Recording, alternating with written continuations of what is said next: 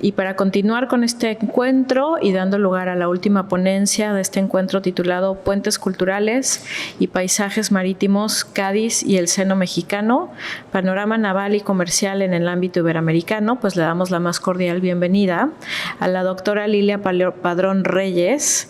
del Departamento de Historia Moderna, Contemporánea de América y del Arte, quien nos va a presentar una conferencia titulada La Junta de Fortificaciones, Ciencia e Ilustración. Muchas gracias. Te voy a pasar para que te pongas. Bueno, buenas tardes ya a todos y a todas en la sala. Bueno, a mí me toca, no sé si la responsabilidad o no, de cerrar este magnífico encuentro, que además he aprendido muchísimo, porque aunque buena parte son compañeros, la verdad que siempre es interesante escucharlo. Y además me ha parecido estupendo que las ponencias que me han precedido, sobre todo de algunas en particular, la del profesor Gullón, la profesora Carrasco, la profesora Barriento, incluso el profesor Ortega, en parte me van a ayudar o nos van a ayudar a entender un poco esta institución que voy a hoy a grosso modo comentar con vosotros, que es nada más y nada menos que la Junta o la Real Junta de Fortificaciones de Cádiz, una institución que se va a erigir o se va a institucionalizar oficialmente en la primera mitad del siglo XVIII en la capital gaditana, que va a tener una gran responsabilidad, y ahora comentaremos con ello, que es nada más y nada menos que llevar adelante todo el proceso de defensa y todo el proceso de la construcción de baluartes y fortificaciones, que a su vez veremos como incluso ya no solamente se van a dedicar a edificar edificios militares, sino también incluso de corte civil por la naturaleza de los propios ingenieros militares. Pero a su vez la Junta de Fortificaciones va a formar parte a su vez de una serie de instituciones que creo que hemos hablado a lo largo de la mañana de hoy, que se van a instaurar en la bahía gaditana durante todo el XVIII y que van a formar parte precisamente de que Cádiz se convierta en el siglo XVIII precisamente en ese nodo naval y económico que, por ejemplo, ya nos hablaban Guadalupe y Pablo hace unos minutos. Ahora bien, esta Junta, desde mi punto de vista, hablar de la Junta y hablar de defensas en Cádiz no es un tema para muchos novedoso, ya hay una enorme cantidad de bibliografía, pero sin embargo a mí me llamaba la atención cuando investigaba sobre alguna de estas defensas, sobre todo las defensas de la zona de la Caleta, a razón de un proyecto de investigación que tuvimos anteriormente, que me salía constantemente una institución, la Real Junta de Fortificaciones o la Junta de Fortificaciones, y sobre ello encontraba referencias, pero eran referencias aisladas. De ahí que, bueno, me di un poco la tarea de comenzar a buscar información, dígase en archivo y también bibliográfica, sobre esta Junta y sobre todo en profundizar la importancia que va a tener una institución de corte militar, pero que a su vez va a tener una importancia vital en la conformación de la Cádiz moderna, que incluso veremos y conocemos y que podemos visitar incluso a día de hoy. En este sentido, me interesó sobre todo y discerní un poco mi investigación en estas tres dimensiones que un poco me gustó darle a esta institución, más allá de hablar de lo anecdótico, de quiénes eran sus ingenieros, los proyectos, que de ello también hablaremos. Una dimensión que quizás ha sido la que precisamente yo no he investigado, la ha investigado ya un alumno que ha arrojado además resultados muy interesantes, que es la dimensión económica a partir de los arbitrios e impuestos que se van a establecer para financiar dicha institución. En este caso son los trabajos que ha hecho Daniel Rodríguez. Una institución estratégica e institucional que quizás son en las que yo más me he profundizado y las que más me he dedicado. La estratégica sobre todo a partir de los ingenieros, de los planes, de los informes que van a producir todos estos ingenieros y todas las autoridades que van a tener competencias en la Junta, y a su vez con toda la reforma, que es una reforma importante que se va a hacer de todo el sistema defensivo gaditano desde principios del XVIII y a lo largo prácticamente de todo el siglo, incluso durante la primera mitad del XIX. Y la tercera, que es una dimensión muy interesante, que es la propia dimensión institucional y el alcance que va a tener la Junta, más allá incluso local y yo diría un alcance global, porque va a pasar las fronteras de Cádiz, las fronteras en este caso de la península ibérica, y va a llegar incluso a América. Sobre todo porque el modelo de la Junta va a ser tomado, sobre todo en la primera mitad del XIX, para establecer otras instituciones, como podemos estudiar, y es un poco en lo que estoy ahora inmersa, el caso de la Junta de Fortificaciones que se va a establecer en Cuba, y en concreto en La Habana, que se va a tomar como modelo el modelo de Cádiz. Y ahí ya arrojamos una primera conclusión, que el modelo gaditano no fue un modelo de fracaso, al contrario, o sea, fue un modelo viable. Al menos no puedo decir que fue un modelo de éxito, pero fue un modelo viable. Y sobre todo porque Cádiz, todas las edificaciones y proyectos que se van a llevar a cabo en Cádiz van a ser, yo diría, un laboratorio modelo de la propia monarquía española por todos los ingenieros militares que van a desarrollar en ella, y que luego van a traer hacia América, y que incluso de América luego van a hacer una especie de tornaviaje hacia Cádiz. Entonces Cádiz va a ser en ese sentido un puente con América. Sobre eso hay un libro muy interesante, por si a alguien le interesa, el libro de María Gloria Cano Révora sobre Cádiz y el Real Cuerpo de Ingenieros Militares. Ese Real Cuerpo que va a ser erigido en 1713 y buena parte de esos ingenieros van a pasar por Cádiz. Ahora bien, la Junta, como bien os comenté al principio, va a tener su origen institucional, la Real Junta, en la primera mitad del XVIII, pero ya tenía un precedente a finales del siglo XVIII con esta Junta de Murallas, que ya se había erigido en la propia ciudad de Cádiz a un nivel más local, y que ya comenzaba a funcionar, sobre todo cobrando determinados arbitrios para comenzar a de alguna manera financiar y ayudar a fortificar sobre todo la construcción de la muralla que se va a comenzar a hacer. Siguiente.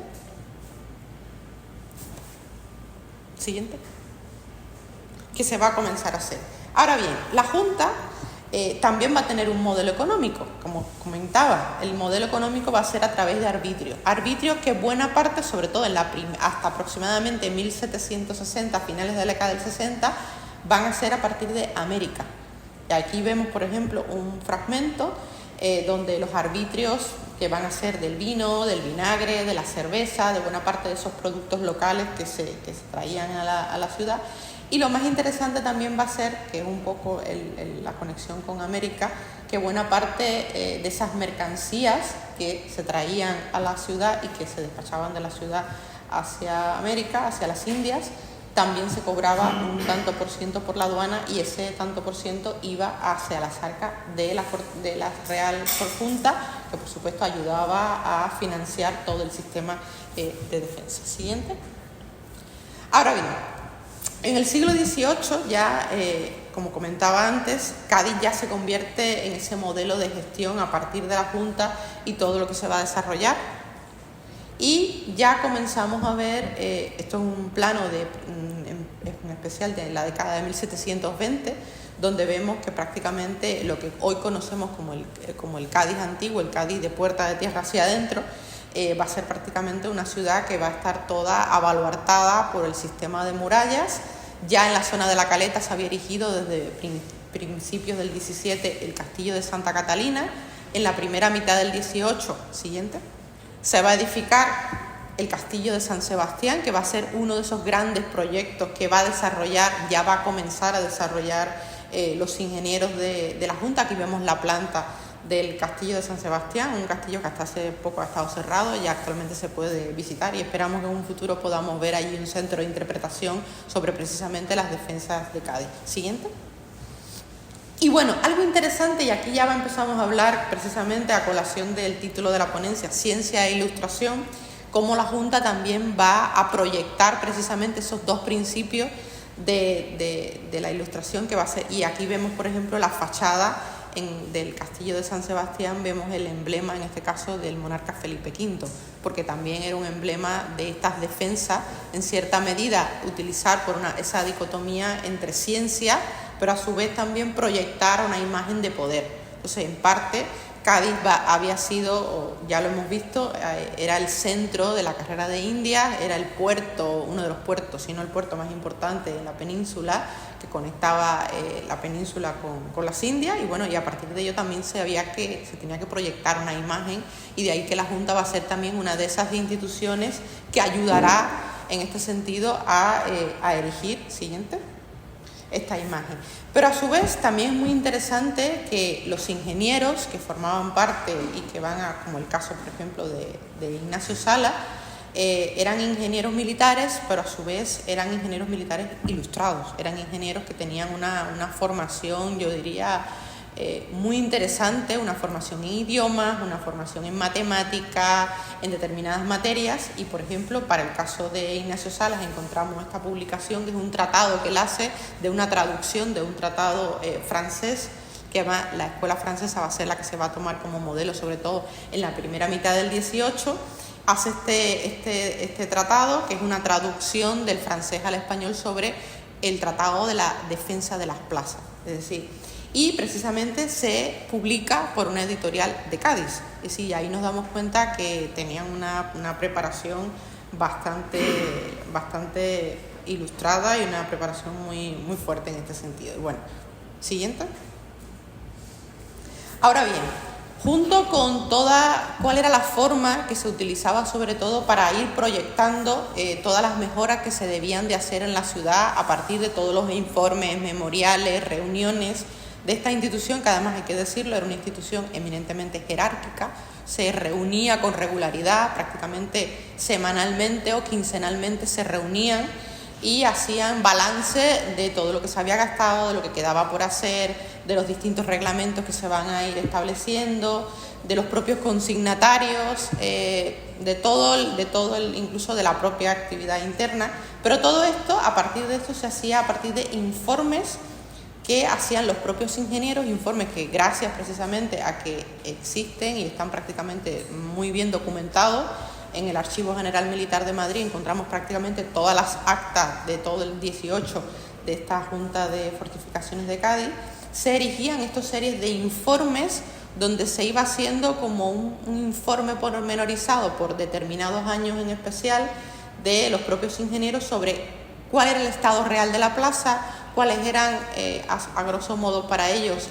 las amenazas que podía sufrir la plaza, porque siempre había ese miedo de que Cádiz se convirtiese en una plaza inexpugnable, al menos por mar, y yo creo que eso se consigue a finales del 18. ¿Qué pasa? Que a principios del 19 se dan cuenta que es inexpugnable por mar, pero no por tierra. Entonces, la siguiente etapa va a ser precisamente la fortificación, ya conectando Cádiz con la isla de San Fernando. Y todo esto se hacía a partir de estos informes. En particular, este que vemos en pantalla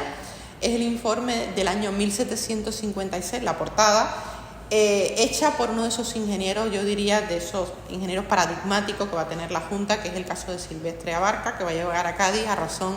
de los daños que había sufrido la plaza a raíz del terremoto de Lisboa de 1755. Luego Abarca va a ser el gran artífice de prácticamente buena parte de las principales fortificaciones que se van a erigir en La Habana a partir de 1763, como San Carlos de la Cabaña, la reforma del Castillo del Morro, entre otras. Es decir, que estamos hablando de un ingeniero muy importante. Luego, en la segunda mitad del 18, van a existir numerosos proyectos, sobre todo a partir de las inquietudes que se van a ir despertando en los diferentes espacios. Sobre todo uno de los espacios que más temor siempre despertará en los ingenieros y en la propia de la Junta va a ser precisamente el espacio de la Caleta, porque amén de que ya estaba erigido Santa Catalina, San Sebastián, toda una serie de baluartes que también el baluarte del Orejón, entre otros, siempre había el temor de que hubiese una conexión entre todo esto y de que fuese un espacio viable. Y también es un principio precisamente de lo que se va a hacer en la segunda mitad del 18 con el modelo, sobre todo, de fortificación. Sobre todo se va a intentar de que esta fortificación fuese, por una parte, inexpugnable, por una parte, de que se necesitase la menor cantidad de hombres en ella, de que no fuese necesaria una guarnición muy numerosa, y de que fuese viable y que fuese en cierto modo factible, de que la logística funcionase. En este caso, en la Caleta había un tema fundamental, y es que cuando subía la marea, el castillo de San Sebastián prácticamente quedaba desconectada con la entrada a la ciudad, es decir, con la llamada Puerta de la Caleta que podemos encontrar hoy para los que conocen Cádiz. Entonces, claro, ahí uno de los proyectos que comenzará en este momento va a ser erigir una especie de construir un puente que va a ser, sobre todo se va a construir en este momento, este puente que vemos en pantalla, siguiente,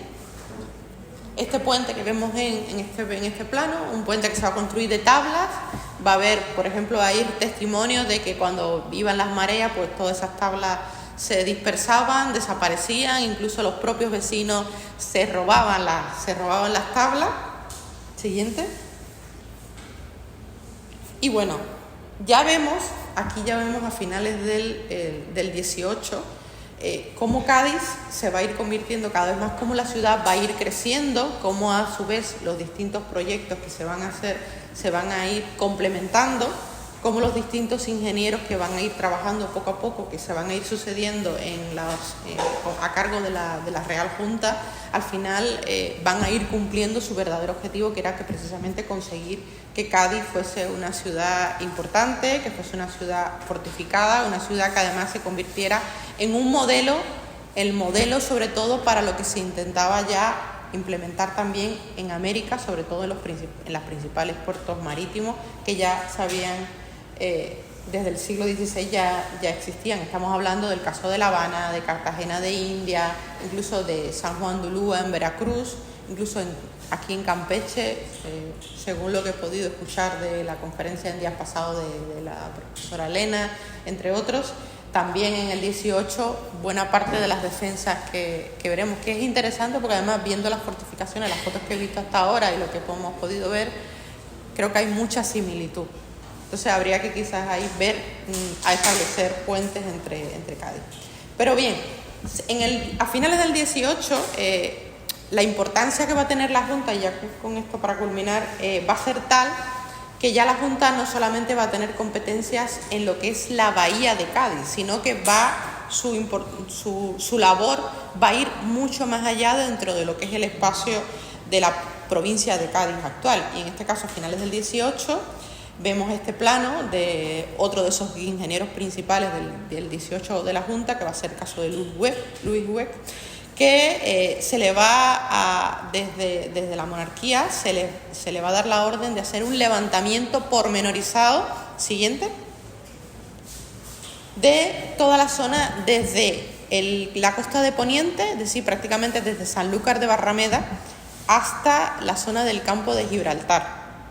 ¿Por qué? Porque se tenía el temor de una amenaza, sobre todo de los ingleses que estaban en Gibraltar,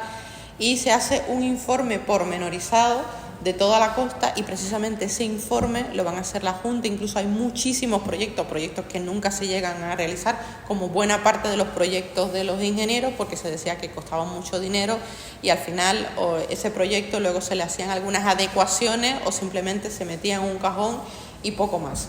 Pero es interesante porque muchas de las cuestiones que ellos van a abordar en este proyecto que se hace es una serie de documentación que pude consultar el año pasado en una estancia de investigación en el Archivo General de Simancas, legajos que prácticamente lo abrí yo, porque eran alrededor de, sin exagerar, de 40, 50 mapas de toda la delineación de la bahía de la provincia de Cádiz, muy interesante, y a su vez toda la documentación, más que los propios planos, que ya de por sí eran interesantes, sino toda la documentación adjunta que tenía con todos los informes que hicieron los ingenieros de esta costa. Por ejemplo, del puerto de Santa María hay una enorme cantidad de información, de Sanlúcar de Barrameda, etc. Siguiente. Y bueno, un poco ya para concluir, solamente decir unas breves palabras, que bueno, la Junta se va a convertir en uno de esos instrumentos de la monarquía, sobre todo para la defensa de Cádiz, y que posteriormente veremos cómo se convertirá en un modelo para el resto de fortificaciones y sistemas defensivos y reformas que se harán en el espacio americano, sobre todo en el espacio caribeño, en la segunda mitad del 18, precisamente a partir de todas las informaciones y proyectos que se habían bien desarrollado en Cádiz en la primera mitad del 18, es decir, una especie de error-acierto, y que luego veremos cómo en América se van a implementar igualmente. Incluso muchos de estos ingenieros, uno de estos nombres que no hemos hablado es el caso de Ignacio Sala o el propio Agustín Crame, que creo que también va a trabajar aquí en Campeche. Entonces sería quizás interesante ver cómo en un momento determinado muchos de estos ingenieros también hicieron una especie de viaje o de tornaviaje entre Campeche y Cádiz, sobre todo porque la Junta de Cádiz era como una especie de lanzadera para muchos de los ingenieros que venían a América. Incluso he leído informaciones de ingenieros que llegaban a Cádiz y por cuestiones quizás burocráticas, administrativas, se pasaban alrededor de un año o año y medio esperando que se le diese la autorización para pasar hacia América. ¿Y qué hacían durante todo ese tiempo? Pues trabajaban como parte de la Real Junta a cargo del ingeniero, que en ese momento era, en este caso, el llamado ingeniero jefe. Entonces ahí vemos como Cádiz, sin lugar a dudas, va a ser precisamente ese nodo de información que va a conectar América con la península y, en este caso, con el espacio de la propia monarquía hispana. Muchas gracias. En donde se han tratado temas importantísimos en el ámbito de la historia marítima a nivel iberoamericano. Para clausurar este encuentro, los dejo con las palabras primero del doctor Alberto Gullón Abao, del Departamento de Historia Moderna, Contemporánea y del Arte de la Universidad de Cádiz, y también con la arqueóloga Adriana Vázquez Morlet, delegada del Centro INA Campeche. Entonces, le cedo la palabra al doctor Alberto Gullón. Muchas gracias, Adriana. Bien, bueno, cerrando el encuentro titulado Puentes Culturales y Paisajes Marítimos, Cádiz y el seno mexicano, panorama naval y comercial en el ámbito iberoamericano, quisiera agradecer desde luego a la Universidad de Cádiz, que es la mía, indiscutiblemente, al CEIMAR, que es el campus de excelencia del mar, y que en buena medida es el germen de todo lo que estamos desarrollando en este sentido, y por supuesto a los grupos de investigación de la Junta de Andalucía, o a la financiación de la Junta de Andalucía, como es el de Pro a la Mar, cuya directora la tenemos aquí, Guadalupe Carrasco, y al Ministerio de Ciencia, Innovación y Universidades, que patrocina el CONESA Mundi, que yo dirijo en un momento determinado, así como, por supuesto, al Instituto Nacional de Antropología e Historia de México, el haber creído, que es lo importante, y apostado de alguna otra manera, ya que nos han financiado en buena medida, dentro de este marco firmado de colaboración que ya tenemos indiscutiblemente, al encuentro que hemos realizado con aportaciones, como hemos podido comprobar, de primer nivel. Esperemos que estas relaciones académicas, y por qué no decirlo personales, ¿no? Porque después de tantos años ya somos amigos, y realmente sabemos perfectamente que os tenéis allí vuestra casa, como ya sabéis perfectamente. Continúen, por lo tanto, esas relaciones personales y académicas continúen circulando por nuestro océano común. El Mare Nostrum es el Mediterráneo, pero nosotros tenemos un océano común, indiscutiblemente, que es el Atlántico, que nos lleva a una mejor comprensión diacrónica de nuestro pasado y de nuestro pasado diverso, y al mismo tiempo nos augure, nos facilite la elaboración de proyectos multidisciplinares como los que hemos ido haciendo en estos años, que desde luego van a arrojar una luz importante sobre los múltiples temas objetos de estudio. Así que muchas gracias por este encuentro, que creo que es fruto precisamente de todo esto que llevamos trabajado de tantos años, ¿no? Muchas gracias. Muchas gracias.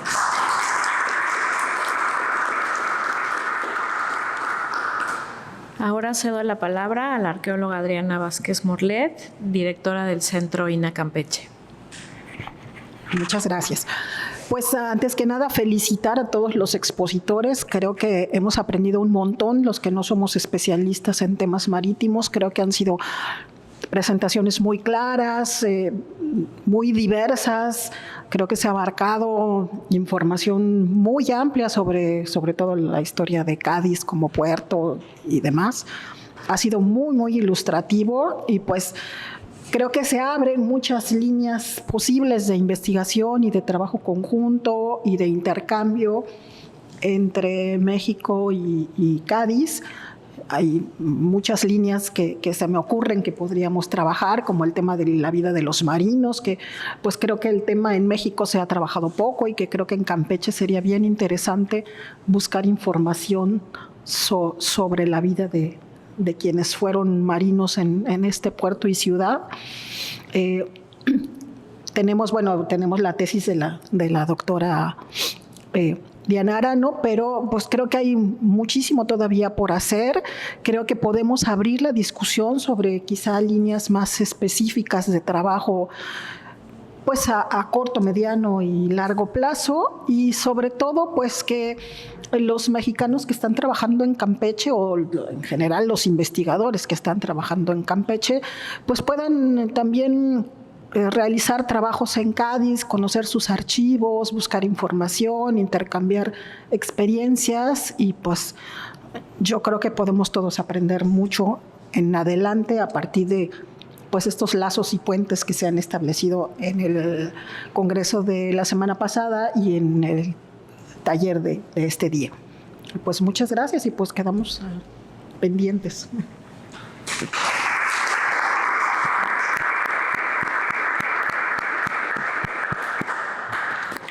Pues con esto damos por concluido este maravilloso encuentro. Muchas gracias a ustedes por su participación y también a los escuchantes de INA TV. Gracias. Gobierno de México. Segundo piso de la Cuarta Transformación.